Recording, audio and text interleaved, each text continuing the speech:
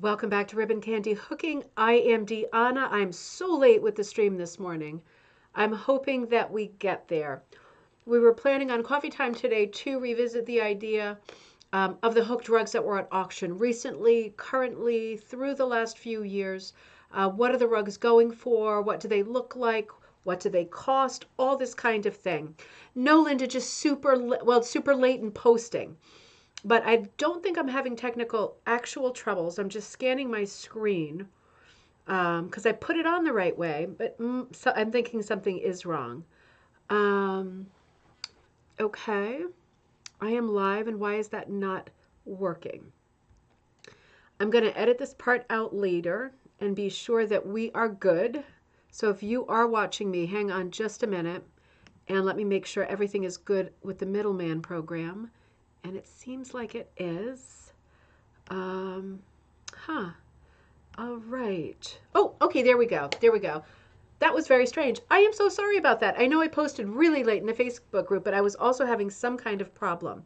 Good to see you. Okay. Whew, better. Andrea, great to see you in the UK. I bet it is cold. What part of the UK are you? I'd be curious to know. We have some buddies who log on from the UK. Jane usually does in Wales, but I know she's at a doctor's appointment right now.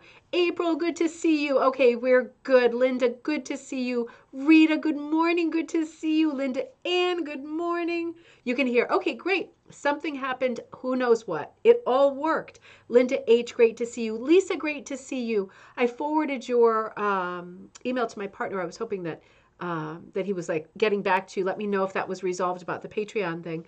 Linda H, Bob the Puncher, great to see you. Jay, great to see you. Okay, good. Okay, good. Dave, great to see you. Cindy, okay, we are okay.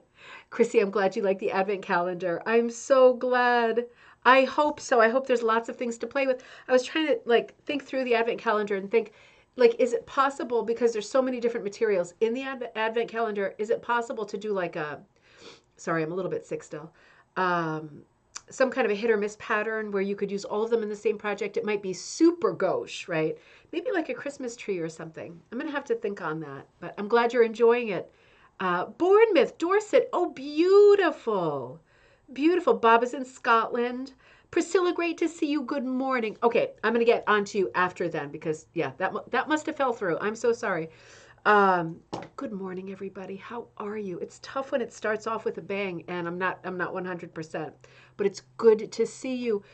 We were looking at Friday night for cocktail night, and again on Monday, we were going through that collection of rugs that I'd pulled out of some auction catalogs, and we were at the part in the show on Monday where we were looking at some that were currently online, and the ones that I was showing you that I'm going to return to in just a minute, I'm pulling those off of a website called Live Auctioneers. And it is not one auctioneer, it's like an umbrella company online where if you type in the words hooked rug, it pulls up the hooked rugs from all of the auctions. So then you have to be very careful if you're planning on bidding and you fall in love, you want to buy something.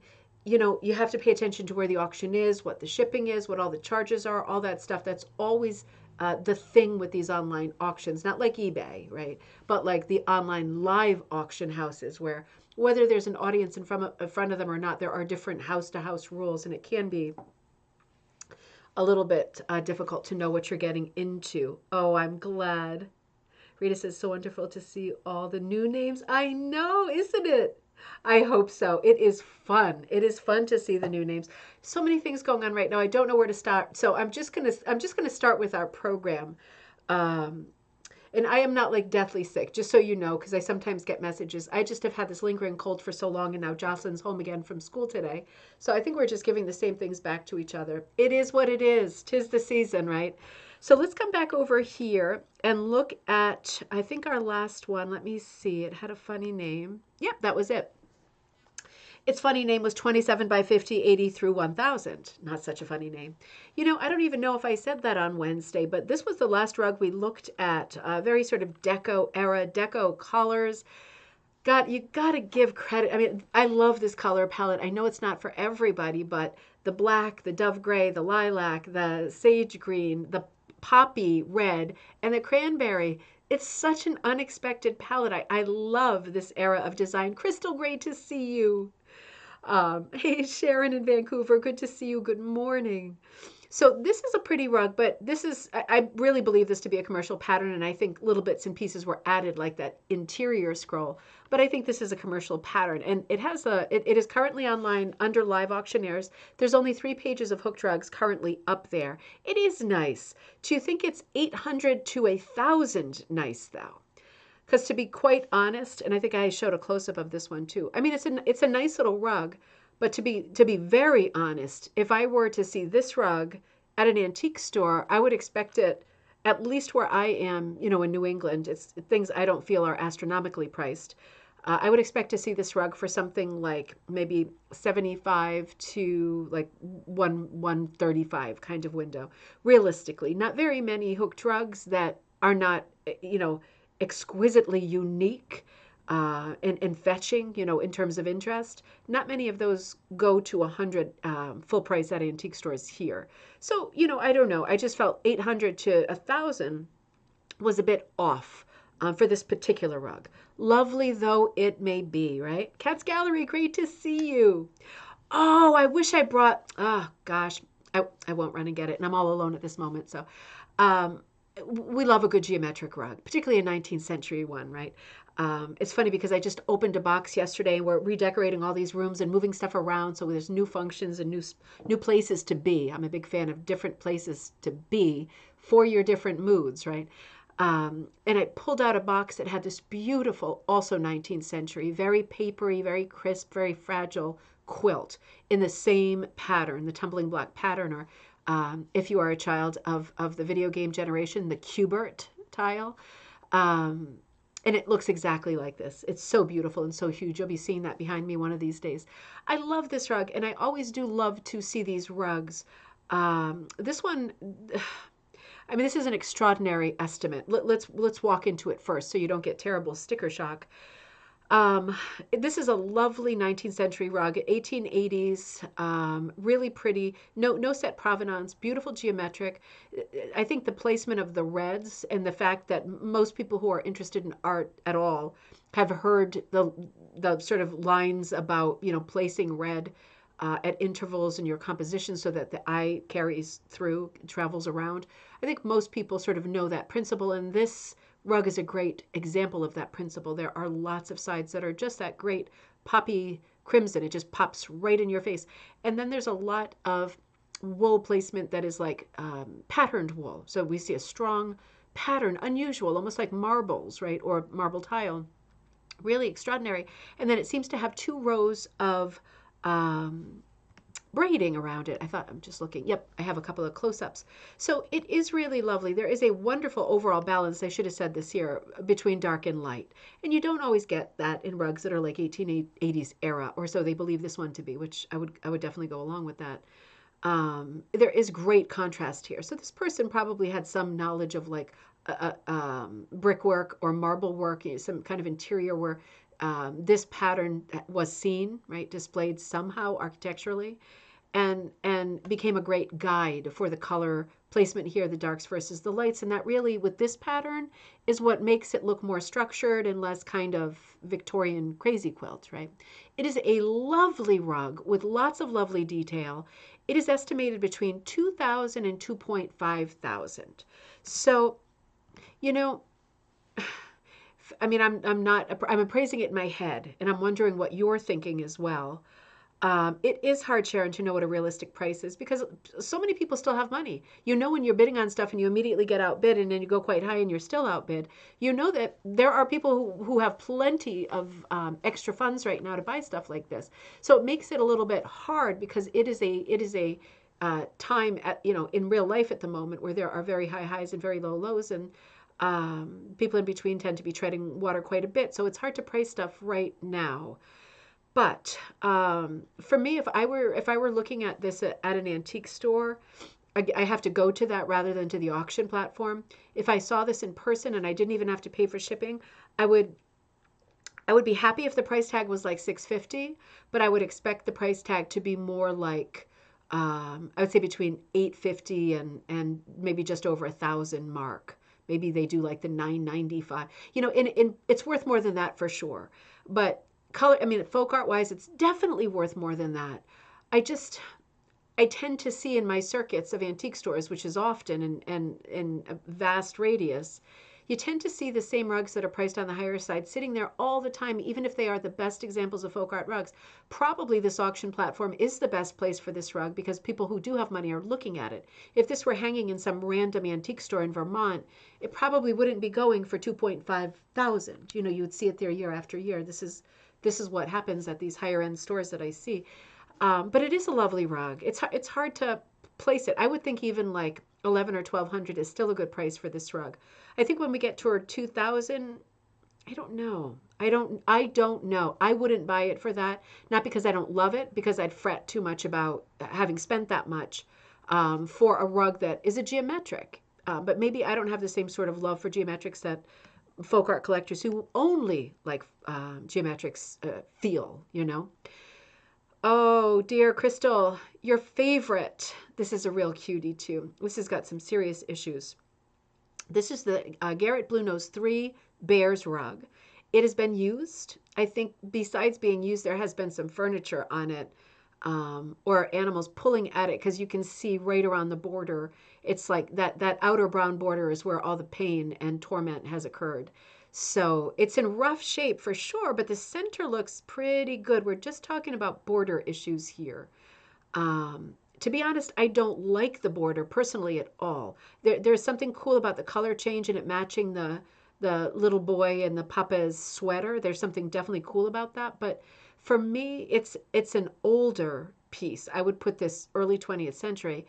It's definitely on burlap. We can see that even in this picture. But I don't know, the border for me looks more 70s colored. I would be really tempted if it were me to buy this rug, which is only estimated at between 110 and 150. It is in New York City, so it would cost a lot to ship it. Some of these auction houses charge 150 to ship a rug because they're not making any sort of distinction between the welcome mat size and I love the bears too, Sharon. It's still beautiful, Crystal. It is. Between the welcome mat size and like, you know, a really prolific Gilded Age, you know, mansion sized rug. So it's a beautiful rug. It's really pretty. I would be tempted if I had this rug to just remove the border and very carefully sew on another border, sort of shore up what's there that goes right to the edge of the light background. And I'd be tempted to put a different border on it, like maybe a purple or a blue or something a little bit more colorful to get it out of the warm earth tones. But it is a lovely rug, and certainly it's not about the color, it's about the subject. It's about the whimsical, nostalgic sort of feel that you get when you look at this particular pattern. And Andrea says, oh, I remember the bears in one of your previous videos. They are so popular. I mean, historically, for Garrett Bluenose in Canada, their two best-selling patterns have been, historically, to date, the Three Bears and the actual Bluenose, the boat. So, yeah, so, you know, I think we see a lot of them, and they do tend to be expensive. And it always surprises me because I see these often also at stores. And they are usually like, you know, I told you about one that was in, I think, New Bedford. It was still like maybe 195, something like that. And I thought, I mean, it was in really bad shape, much worse than the one that we're looking at right now, really bad shape. So yeah, it surprises me that we keep seeing them at these big numbers because in terms of scarcity, they aren't that scarce. It makes me wonder whether people who are appraising these rugs, and we know that that is just like a moving target problem because some appraisers are excellent and at a nothing house, and some of the big houses have descriptions that are like embarrassing. They're so bad or they're so off. So you just don't know. But depending on who's appraising it, I guess they're feeling about the Three Bears. And I think also the possible confusion about whether this pattern, because, you know, there are a lot of, I even hate to say this word because I don't want the video to get flagged, but I'm going to say Disney and hope that that's okay. Even that brand of characters, right? All of the famous characters that you think of when I say that word, they appear in a lot of hooked rugs from the 20th century. So like 1950s, 1960s rugs, there are a lot of designs of those characters, all the ones you can think of. They're there. I've always wanted to do a show on those designs, but I'm too scared to say the name too many times because I think it would get pulled before most people got a chance to even watch it. But I wonder with the Three Bears if people, the person selling it and pricing it is thinking, oh, I think that this is something special like that. So maybe it's worth quite a bit. I don't know. It just seems a little bit out of whack because we see them quite a bit. It is a lovely pattern, though. I know it's Crystal's fave. This is another older rug. So this one appeals to me a little bit more. I think this is probably late 19th, early 20th century. It is like a modern pattern, but I do think it is, I think it's earlier than the 1920s. I'm just looking at the color choices and things like that. It's hard to tell. This one is very hard to tell, and there's no information on it. This is also on Live Auctioneers right now. Um, it's an extraordinary rug, really pretty rich colors. What's confusing me isn't the pattern, right? Because the pattern could go back to like the 1880s, but is the brown background. Because either there's been like some loss or damage or something weird. There's like weird patches of fading. And then there is that really old-timey device with the scrolls in the corners. They are really abstract scrolls, like they're not well done, which for me makes this feel like an older pattern. But then the way that the flowers are outlined makes me think it's more toward the 20th century because that's when all of the sort of graphic arts came in. Illustration became a golden age, so popular, and we were looking at proper art that had outlines rather than 100% realism. So it's a hard one to call this one. It could be, in my mind, it could be anywhere between like maybe 1890s and 1930s. That's a huge window. But we don't really get to see them super close up. Let me see how close up I got with this one. Yeah, I mean, it doesn't look like an old rug to me. Even the, ooh, someone is calling me. Oh, hold on one second. I'm just giving the I am live. Oops, sorry about that. I thought it was coming from the computer and that we had new problems. We're good. I can't even tell where noises are coming from. I'm like, oh, you can't see me. I'm just saying it's like, it's incredible how at this point I cannot tell where noises are coming from. I'm like, is it the parking lot? Is it my head? Is it the computer? Is it the phone? Is it something out there?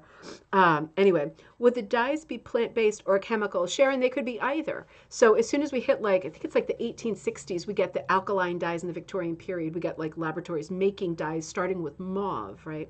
All of that great history. So it could be alkaline dyes. And if they were examples of clothing that were cut up, then they would be alkaline dyes. So that's interesting. They could also be homemade from your garden, but you know, at a certain point, it became even cheaper to use chemical dyes. And because of that, I mean, unless you're like a real purist or you were a real, oh, Ryan, good to see you, or a real like old timey, kind of like green, using everything around you, like a huge forerunner to that. I don't know that you would have taken the time with the dyes being so cheap to even attempt it. But certainly if you lived in a rural area and your local store, your general store, did not stock chemical dyes, then you would be thinking about what your choices were. And they probably would be super labor intensive to get very little color and not very fast color. Lasting color. So interesting. I don't know. I would think these are all chemical dyes and cut up clothing and all these brilliant colors as a result. You know, yeah, not yesterday, on Monday, the question came up. Sharon, maybe you posed the question. I know one of us buddies here posed the question about can you repair the burlap? And I said, like, real briefly, because I knew I was coming to this photo eventually. Yeah, you can definitely repair the burlap. And you know, on other episodes, man, my computer is not working well. I'm telling you, this is getting scary. On other episodes, we've talked about like when I went to Beauport, the house that is in Cape Ann, right in Gloucester, Massachusetts. One of the times I went there, Happy DeFranzo was there, the great rug designer, and there was I guess it was the textile curator of like the whole maybe historic New England umbrella. I don't think they have them per house. That would be crazy. But she was there, and she had a beautiful old rug flipped over, and she was in the process of sewing diagonally like a linen backing on that looked just like the burlap to do a bunch of repairs that were holes right through the rug. So that's kind of what we're seeing here. That is, from time to time, just like with everything with life, people will say, breastfeeding is it. Breastfeeding is awful. Don't do it. And then they'll say, running marathons is great. And then they'll say, everybody who runs a marathon dies of a heart attack the next. It's going to change, but at this moment, there is a fixed way of repairing a rug like this, and it is by sewing a like backing on with diagonals. So let's look at that. Yes, I thought that was you. I thought that was you. This is the same idea, old time style. So this is like when people first started to need to repair rugs of a certain age, and they had to figure out how to do it. And of course, they weren't taking tours of historic houses to watch curators do it. So what they did almost universally, I mean, a little bit different style-wise from household to household, but what they did was take another piece of burlap, attach it to place it at the back. Barbara, good to see you. Nancy, good to see you. Oh, you too, Nancy. And Candace, good to see you. I'm sorry I missed some pop-ons. I put up the post late and I have to go fine tune it, of course. So people would be putting on a similar backing and then they would just be hooking through it. So when you do this method, you can see they've kind of tacked this burlap around the edges. It's not a great patch, is it? Right? You wouldn't want to be hanging between like a helicopter and the earth by that piece of burlap sewn onto this rug. But for what it's worth and for its purpose, it has protected and saved the corner of the rug. So they have made very good repairs with what looks like a very similar material and color. It could be the same, right? It could be that there was a little bag left over and they're repairing it 20, 30 years after making it. It's possible, right? They've also done a little repair to the turned back edges. So interesting, isn't it? Interesting. So we'll talk more about repairs, and certainly my buddy Judy Taylor is the repair queen of the world, and she does have her Facebook page. If you can think of the exact wording, can you put it into the blog if anybody's got? I want to put the words right, but it's Judy Taylor's page. It's another Facebook page that like ours, which is Rug Cooking and Punch Needle Club. Hers is like. It's got to have hook drug, repairs, restoration, those kinds of tag words in it. But she is like the end-all, do-all when it comes to repairs. Cat's Gallery, why not put the extra backing on right after finishing the current burlap rug? You would. Oh, I see what you mean. Use like 2 layers of burlap while you were hooking for the first time? I would say it's not practical because if that's what you mean, if what you want from 2 layers of burlap is a little more insurance, you're not going to get it, because if that rug hits the floor and gets wet in X amount of years with X amount of usage and this kind of contact, it will deteriorate. Both layers will deteriorate, and then you've got a double moldy rug.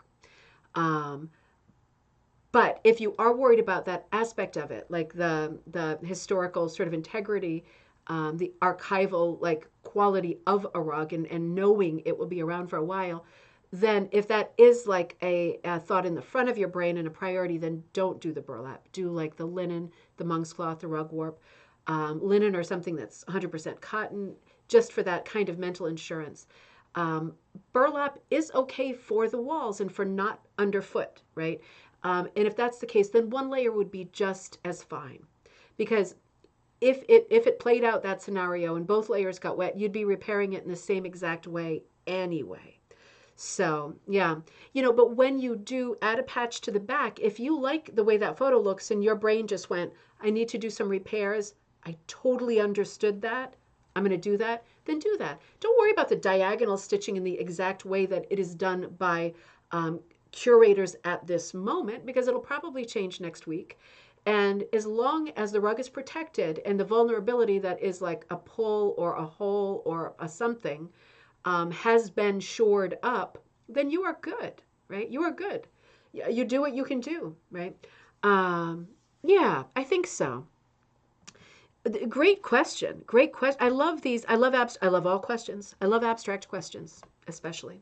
This is another old rug, and again, I think this is probably like this feels like more like a Rudimere pattern to me. It's like an early 20th century, I'd say, although it could be earlier. You know, we do see a lot of red diamonds in early days of designing because the red diamond, this is not a complete red diamond. It's just sort of outlined in maroon, but the red diamonds are like superstitiously safeguarding the house as welcome mats. So you know, we do get a lot of diamond designs starting at the earliest moments of rug hooking design. But this one is a little bit different because we're seeing that V shape in the corner, and it makes me feel super deco. Tell me how it makes you feel. But it makes me feel deco because it seems like we are seeing this kind of turn away from the Maltese cross, but still kind of sticking with the same kind of a shape. And we are seeing a turning away of like the nosegay pattern, right? Like the little V that holds either the cornucopia veggies or a little floral spray.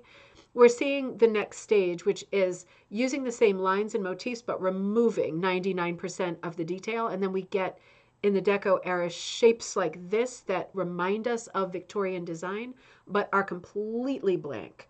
So I don't know time-wise. This would be a hard one for me to place. I would just be making a guess. It's a very simple rug, but I do like it as an older rug. It has a nice design quality. I would expect to see this like in Lord Peter Wimsey's club, you know, in the Dorothy Sayers books where he sits and smokes with like just other men. You would expect to see this under his feet in his club chair kind of thing. Has a masculine quality to me. It is lovely though. These are very Victorian colors. The nice brown, the warm red, maroon kind of thing, and then that whole black and white background is patterned. So somebody lost their pants or their coat or something, and it got hooked up right in the center there, and it really is lovely. Sharon's saying, I really love simplicity. And I have to agree, you know, when you put a lot of motifs, and these motifs don't really speak to me. So I have to admit, I do feel a bit disconnected from this piece because they're not, hello, Deana, they're not speaking to me at all. But they might be speaking to you, right? Just like that thing the other day with the rings and the mountain and the shapes and different interpretations and ideas about that. Different shapes, different people. It's very, very simple. It's like classic design and put into a crucible and burnt down, and then we come up with these three shapes: diamond, four shapes, the two cross designs, and then the V's. Interesting. It's just interesting. I wondered if anybody would recognize the pattern. But I'll have to look at my Rudimere book. That would be my first clue. Very pretty patterned materials in here. Also, the red looks like very pretty. This is a nice cross between a geometric and a floral. It's a little bit on the bare side. We've seen, I think on Monday, maybe even Friday, we saw some more striking examples of geometric / floral rugs, both elements. And it's just kind of funny because it's like, again, this one doesn't strike me that well. And who cares, right? Who asked me? But it's got some things going on that are so good, and I'm so let down by other things. So I love the directional hooking in the background, the kind of oatmeal and ivory. I love the black and white frame, even though there's a little bit of running out there. Who cares? It's extra good, I think. And I really love the checkered background. I love how irregular it is. It is crazy. It is crazy. But I don't really love that tidy trio of outlined flowers in the middle. The colors are not doing anything to unite the rug. And it doesn't have any of that quaint running out of stuff feel, right? All of this sort of Patch Adams feel to it. Just keep running out of colors. It has a totally different feel in the center. It's like, we got it together now. Let's use some more oatmeal. I don't know. I wish the center were anything, even just continued, or a year. I wish it was anything. But it is a lovely rug. It is an old rug. I think I have a closer up view of it. My favorite part, these kinds of parts, extraordinary technical hooking job. And you see how there is a breakdown between some of the blocks. I love that. I just love that. The flowers in the center. Ryan said, unrelated, but have any of you heard of Dorothy Strausser and her mid-century hooked rugs? Just discovered her. Holy mackerel. Okay, so that is crazy. I'm going to have to write that one down. I don't think so. unless we've done an episode already, I don't think so. That is a great lead. I wanna follow up on that. Amazing, Ryan. Is it somebody that's like from Texas or do you know? I just wondered because I thought, ooh, maybe that name is like more familiar to you because it's regional. Still want to find out everything about her. Um, Sharon, you're a fan of the shaker style. I am too. I am too. I love that kind of very basic folkiness. Always. Bob says if you make any punch needle rug, hand or machine, it has to be coated to keep the fibers secure. If on the frame you leave until dry, it takes about 48 hours and is 100% fact that they call it sizing way back in the day. Yeah, I missed the beginning of that because I feel like something was prompted. Um, I'll just leave it because it sounds like that was thoroughly answered by Bob. Yeah, sizing is the kind of glue that they would have used back in the day, and it's also the kind of glue that you use like for picture frames. Ironically, like if you wanted to apply like gold gilding or leaf or whatever to like a frame for anything, you would need to use the kind of glue that is still called sizing, right? It has a different quality. It has more of it's incredibly sticky. It's such a nightmare to use. But you have to put it down if you want to put like your gold leaf and stuff. It's a cool thing. But I missed the conversation on the glue, so I'm gonna I'm gonna move on. But it looks good, odor free, friendly. Okay, it's like Elmer's glue. Okay, I'm just catching up. Personally, don't coat. I rely on tension, but I understand the want. Yeah, it's always a conversation, glue or not glue. So it's always a conversation. And it's a conversation I'm going to get into more too, because I've got the two tufting frames in the next room, and my intention is to not use glue. But I'm going to see how it goes. I know that I mean them to be wall hangings, so I'm going to see how it goes and do a lot of experiment and be reading comments like this and taking advice myself, because this is an area I don't know anything about. Just I relay other people's remarks. Ryan says she did very whimsical, very colorful, very graphic rugs in the 1970s. Not sure. Interesting. Ryan, if you get time, can you just send me that name to our email thread or something? If not, a Hoover can pull out every thread. Okay. Well, this is I'm clocking all of this. I love these side conversations. This is a great place to share like really important info too, right? So I love this rug, right? This is a little bit different, and this falls flat in some areas too as far as design. But I mean, I just love this one. It's so much more interesting, I guess. There are so many random elements to it, and it's kind of funny, harkening back again to the design class from last week. The design, and I gotta think of the next design. Like, if you have an idea, let me know what artist or movement you would like to see a design class of. I've got a bunch on my list, but I would love to know what you would like. I haven't asked you for ages, and I've just been doing things like pig my way, right? My way or the highway. But let me know what you would like. That would be interesting. Thanks, Ryan.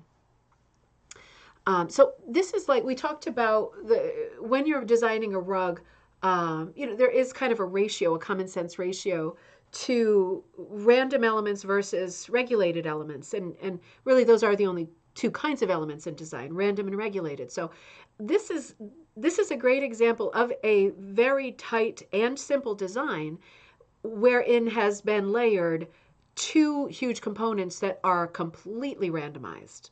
So the only part for me that's not randomized are the flowers in those 4 points. Those are pinned. Those are sort of regulated on a grid.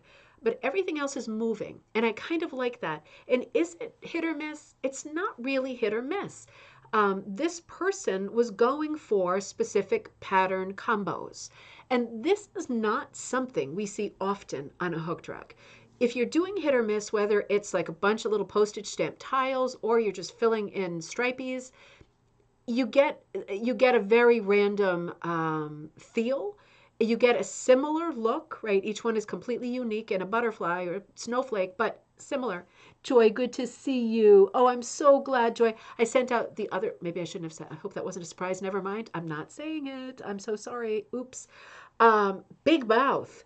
Um, this one is not quite pattern driven, right? It's got a hit or miss quality, at least to the border, but you can see that they are going out of their way to experiment, try something different. They don't have a. It does look lovely. They don't have. They're not doing exactly the same thing all the way around. They're making changes and they're making little adjustments. There's a lot more of the ochre color on the right than there is on the left. So it's not super uniform, but it is so lovely. I have not, I don't think, seen a commercial rug, which this certainly is, a very simple pattern, be blinged out like this before. And I love the central image too. It's almost like little waves, little candy cane colored waves with this wild, unexpected, very warm border of not quite hit or miss. It's very unusual, isn't it? I just love this one. I'm gonna have to come back to this and be thinking on this. It's just so odd to me that that this person chose, or maybe they were given. But let's just for fun run the scenario. Okay, good, Joy. I was like, oh God, I just blew it. Okay, good. Yes, it is. Cat's Gallery said, this one is lovely, but it makes your vision queasy. See, that can absolutely happen. Like sometimes, you feel seasick and I feel like I want to dive into the center. Isn't that funny? But that's one of the great things about interpreting art and looking at all kinds of art is that those great differences. It's funny to me if this person bought this pattern. Why did they buy this pattern? Because they're not the kind of person to make this pattern. They wanted to do something wild and crazy, but they bought a pattern, I assume, that had like 4 sets of flowers and an oval. So it's just funny, right? Maybe it was a weird kind of, maybe it was what was available, but I just think there is such the pattern is at odds with the way that the pattern has been realized. And for that reason, I think this is an extraordinary piece. Oh, this is 37 by 68. This was made in the 1880s, so the auction house believes. And it is estimated between 2,500 and 3,000.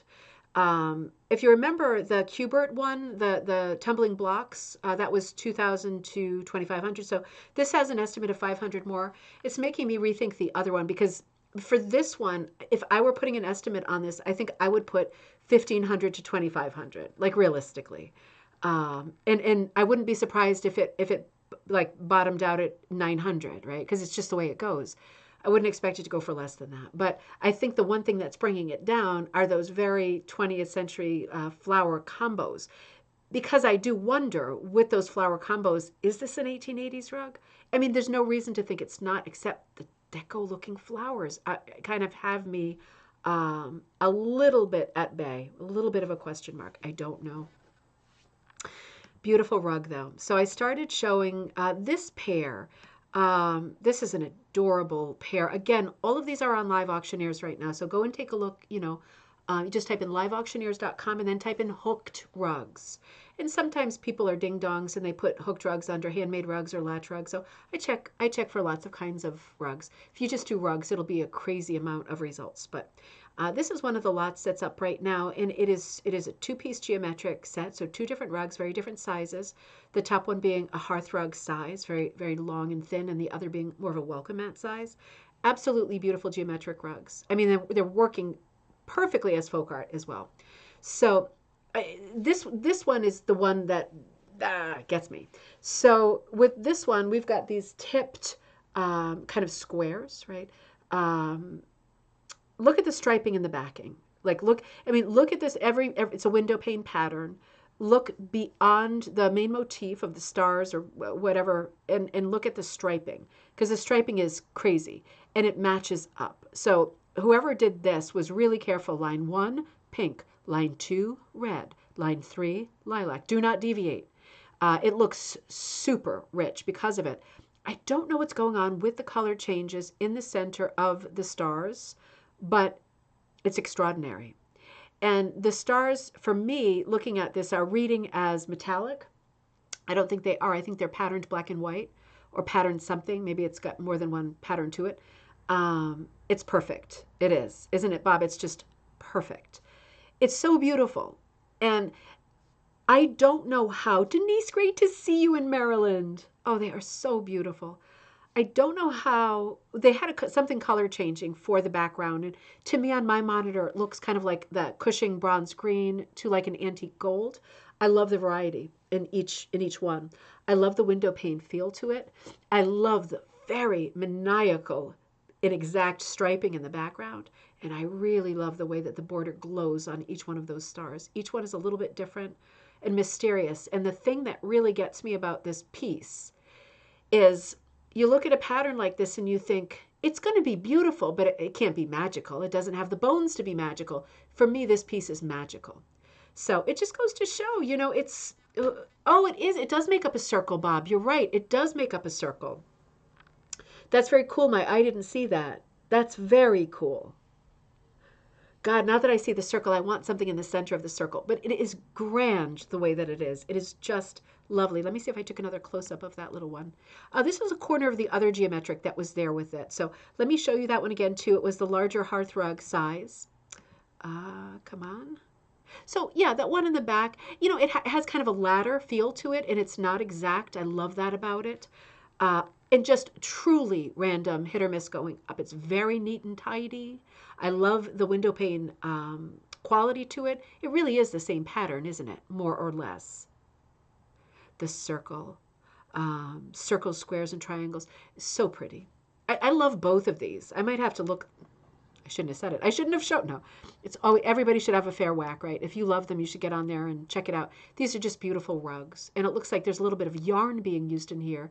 Besides other materials, and we're probably not even talking about wool. This looks like the pattern stuff could be wool, but the other stuff really looks like cotton to me. Really lovely. This is a mismarked piece, and this I feel this is a come and get me deal.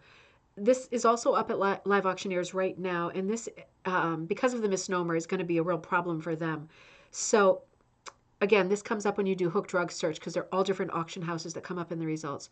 36, there's two mistakes. The size says 36 by 6. So obviously that's incorrect. It's probably 36 by, I don't know. No, I'm wondering. I think 36 is going to be the small measurement. So maybe 36 by I don't know, 58 or even higher. But the size is wrong. So that's a huge problem. And the title of it is Large Trapunto. It probably said Large Trapunto Rug.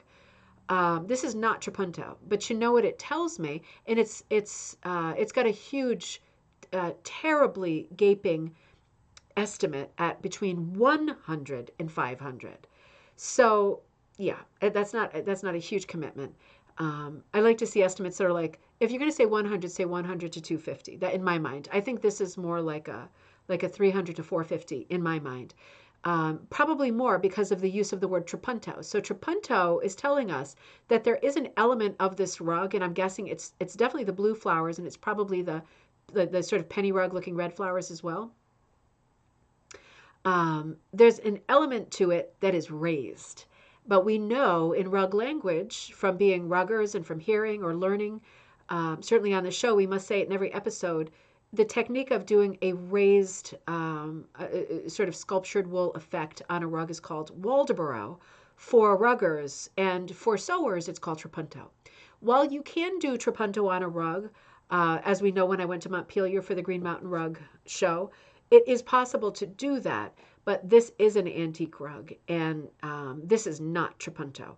Trapunto would mean that you have added an element to it, whether it is like velvet or cotton or whatever. There is a second layer of material added on, and you have stuffed the material in the center, right? You have poked a hole through the back. You have filled the hole like a stuffed animal that is attached to the back surface, and as a result, the front pops up a bit. But that's not what this is. This is Waldoboro. So the problem, I think, of the huge guesstimate, I'm struggling now with needing to blow my nose. The estimate, right? The struggle with that is a kind of a tip-off that they don't know what they've got, the mistake with the number and the mistake with the use of the word trapunto. Aside from those huge things, it is a lovely piece. It is a very unusual piece. I would think that this is a commercial pattern. It has what looks much more like some kind of a crest or some kind of an architectural motif. Looks very English to me, that bottom central leaf. It could be purely decorative, but it has a crest quality for me. And knowing that it's Waldoboro, there's a lot of weight and importance on that particular part of the design. But the scrolls for me steal the show. The scrolls in the background steal the show. It's just a beautiful piece. It has a little bit of an Elizabethan feel for me. Like this could be the front of the in between the panniers for like Queen Elizabeth, right? The front of the bottom of her skirt. So it just has a lovely old time feel to it, but it is certainly not trapunto. So, oh, I did take a closer one. So you can see many elements in the leaf motif are raised, and they are Waldoboro. So interesting. That one is up there, and it might not even reach 100 because of the problems. If people who are bidding are not knowledgeable about what these things mean, it's going to put people off, isn't it? It's not going to help, that's for sure. It's another close-up of just the hooking part, because you could see in the scrolls, there were many colors of scrolls. And this is really fine shading for this period. And I think this is a late 19th century rug. Really fine shading. So if the question comes up again, Sharon, was there any hand dyeing in this rug? Looking at this picture, I'd be way more likely to say, yeah, I think some of this is definitely hand dyed because of the amount of colors of the red, right? Like in the scroll, that's remarkable that they were able to keep up with that patterning. It's like one strip, one strip, one strip to get those effects and to get those fronds or leaves looking like that is extraordinary. So, I mean, people were not at that period looking at milled wool from stores. So you would have to have a quantity of light or camel color, and yeah, dyeing would be a distinct possibility with that much to work. This is another lovely rug up at Live Auctioneers. There is a lot of damage to the border. This is obviously a circular rug. I think that this must be a Rudimere pattern, I would guess. This is 1.11, 1 foot 11 inches, I want to say squared, but round, right? And they've got this dated at 1880. Yeah, I don't know, maybe. I mean, certainly all things Asian were super popular in the late Victorian period. It's not impossible. I would think a little bit later personally, but I don't know. I don't know. It's a lovely rug. It has a little bit of a Grenfell feel to it. I think that is the unexpected outline, that very light outline color, and the presence of so much kind of ivory. The things that I think this rug has going for it, not condition, because I question whether this was cut out of something else, like a rectangle rug. Like, did some fool cut this out saying, I want to make a footstool out of this or something, or a pillow? It looks exceptionally rough to me around the edges and uneven. So that's a project. And it's kind of a shame because the way that the hit or miss blue goes crazy sort of squared log cabin directional thrust to it is mimicked with the dark indigos in the background. But because we can't see much of them, we're not getting a real feel for how pronounced all of that striping would have been. I'm sure it would have been staggering. I love the presence of the bubbles. That's very, very deco feeling to me. I love the little soft faces on the fish. I love the striping where it doesn't work, where colors are like gone and you're just choosing other colors to stripe out. It's a fantastic piece. It is cool because it's an aquatic rug. And so this one is for sale now. It is a beauty, and it needs help, doesn't it? It needs to be stabilized in some way, even if you're just putting it into a circular shadow box kind of coffee table, right? So that you can look at it this way. That would be a wonderful use for this, and then you could quite easily hide the edges, right? So this is a buy it now auction item. So it is up at Live Auctioneers, but you buy it if you like it, and it costs $600, and it's free shipping. And I think that's fine for that. I do. I think that's fine for that. It's like a brutal, yeah, I mean, maybe I'm wrong, but it just doesn't look right the way that it's shaped at this moment. So let's look at some close-ups of it. It does have very tidy stitching. Almost looks like there's a notch taken out to it of it on the top, and that's what brings me back. Maybe not, because there's a giant hole too. I would be thinking about, honestly, putting this one into a coffee table. I know that sounds awful. Oh, those are ones, wait a minute, those are ones I showed you. That's the new pattern I put out a little while ago. Hold on, I just want to come back to, all right, wait a minute, let me come here. You know, you just want to be careful with stuff like that because it looks already like a very thin rug. So it could be a Grenfell rug. I mean, I don't know. I haven't seen them with that like four-way orientation. They could be. I've seen like the ones that are two ways that don't have a direction. So I don't know. But it does have a lot of damage and it's very, very thin. So it would be a project you would want to talk to Judy Taylor about for sure.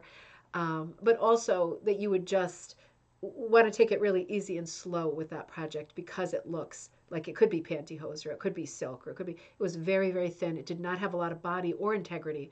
But what it did have was this insane design quality to it. And that's what you would be buying. So then the question becomes, choose your own adventure. How are you going to stabilize the thing? This is one that's currently on eBay, and I think this is a great bargain. If you like this at all, again, currently on eBay by a seller called Handmade by a Troll. Funny seller name, right?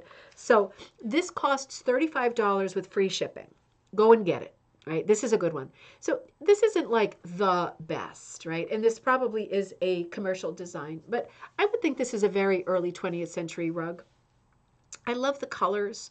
I love the fading. You know how I love a rug that has been part faded out because I think it's like a great metaphor for life. And some of the color is still hanging in there. So I just love the symmetry of it. I mean, it might not be a commercial pattern. The more I look at it, it's a half pattern, isn't it? Side to side, it's identical. It might not be commercial. It is very whimsical. The ducks almost remind me of like toys. Like this would be for me super suitable for a child's room, but even more suitable for like over my bar. So I just love the rug. I love the folky quality to it. I love the loss. I love the pinkies that are still hanging in there and the flower petals that are still bright red. I just think it's an absolutely beautiful rug for $35 and free shipping. So it has a little bit of damage, as you can see, but you would not want to put this down on the floor. It's a great graphic, isn't it? I don't think the seller had a picture of the back of it, or if they did, I didn't scroll down far enough. I was doing this right before the show, but I love it. I think it's super whimsical, super folky, super fun. $35. This is another one by the same seller, so it might be that she has more. Handmade by a Troll. Same price, $35 free shipping. This is very different, but it also, I think, is super, super charming.